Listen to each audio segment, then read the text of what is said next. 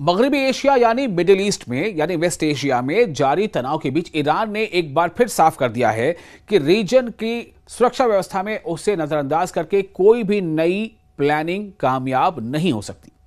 Iran के foreign minister Abbas Araghchi ने कहा है कि पश्चिम एशिया यानी वेस्ट एशिया में किसी भी नई सुरक्षा इंतजाम को तभी कामयाबी मिल सकती है, उसे तभी कामयाब बनाया जा सकता है जब उसमें रीजन के सभी देशों की भागीदारी हो। उनका कहना है कि ईरान को अलग रखकर या उसकी किरदार को, उसके रोल को कम करके इलाके में मुकम्मल तौर पर अमन और सेफ्टी का माहौल कायम नहीं किया जा सकता है। अब्बास अराक्ची जो ईरान के फॉरेन मिनिस्टर हैं, उन्होंने कहा है कि हाल ही में हुए अमेरिका और इसराइल के साथ इस संघर्ष पे, जिसे हम वॉर भी कहते हैं, उन्होंने कहा कि यह साबित कर दिया है कि इलाकाई सुरक्षा का ढांचा किसी एक देश को बाहर रखकर नहीं बनाया जा सकता। उनके मुताबिक पिछले कुछ सालों में रीजन के कई देशों को यह समझ आने लगा है कि स्थायी सुरक्षा यानी कि पायदार अमन, जो इकोनॉमिक डेवलपमेंट है और जो रीजनल स्टेबिलिटी है, यह सिर्फ और सिर्फ कोऑर्डिनेशन, डायलॉग और शेयरिंग के हितों का सम्मान करने से ही मुमकिन हो पाएगा। ईरानी फॉरेन मिनिस्टर ने जोर देकर कहा है कि नई रीजनल सेफ्टी सिस्टम का जो बेस है वो सामूहिक सहयोग होना चाहिए, जिसमें सभी देशों को बराबर महत्व दिया जाए। उन्होंने कहा कि ईरान हमेशा से इसी तरह के नजरिए का हामी रहा है।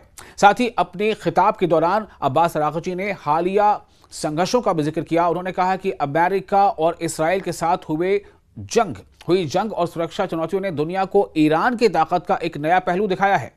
उनके मुताबिक ईरान की असली ताकत सिर्फ उसकी मिलिट्री पावर नहीं है, बल्कि उसके लोगों की एकजुटता, इत्तेहाद, सब्र और मुश्किल हालात में भी देश के साथ खड़े रहने का जज्बा है। अब्बास अराक्ची ने कहा कि दुनिया ने देखा है कि मुश्किल हालात के बावजूद ईरानी अवाम एकजुट रहे और यही कौमी एकता ईरान की सबसे बड़ी ताकत बन चुकी है और यही उसकी डिप्लोमेटिक पावर की भी बुनियाद है।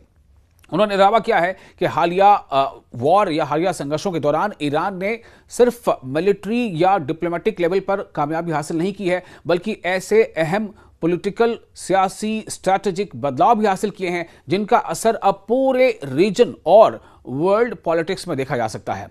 ईरानी फॉरेन मिनिस्टर ने यह भी कहा है कि सालों से उनके जो मुखालिफिन है वो ईरान को एक कमजोर, अलग थलग और दबाव में आने वाला मुल्क बताने की कोशिश करते रहे, लेकिन हाल के वाकयात ने इस सोच को पूरी तरह से बदल दिया है। उनके मुताबिक दुनिया अब ईरान को पहले से ज्यादा मजबूत, ज्यादा यूनाइटेड और ज्यादा जो है पुख्ता तौर पर उसे देख रही है। उन्होंने कहा कि कई इलाकाई और जो इंटरनेशनल पॉलिटिकल कमेंटेटर हैं वो ये मानते हैं कि हालिया जिद्दोजहद के बाद, हालिया इस वॉर के बाद ईरान पहले से ज्यादा मजबूत होकर उभरा है।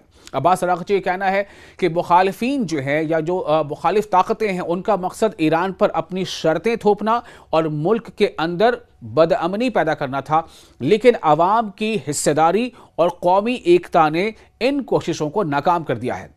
उन्होंने कहा कि लोगों ने साबित कर दिया है कि बाहरी दबाव और सैन्य कार्रवाई के बावजूद ईरान की कौमी जो इच्छा शक्ति है उसे तोड़ा नहीं जा सकता।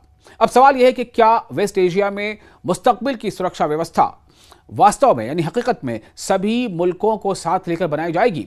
क्या जो क्षेत्रीय सहयोग यानी रीजनल कोऑपरेशन की बात है वो पहले से ज्यादा मुकाबले ज्यादा बढ़ेगा या फिर टकराव का दौर जारी रहेगा? और सबसे बड़ा सवाल, क्या ईरान आने वाले वक्त में क्षेत्रीय राजनीति और सुरक्षा ढांचे में और ज्यादा प्रभावशाली भूमिका निभाएगा? ये काफी अहम सवाल है। इस मुद्दे पर आपकी राय क्या है? आप इस पूरे मामले पर क्या सोच रखते हैं? आप हमें अपने कमेंट्स शेयर कीजिए। साथ ही अगर आपको ये वीडियो पसंद आया हो तो इसे लाइक और शेयर जरूर कीजिए। मैं हूं आपका मेजबान विशाल आजम।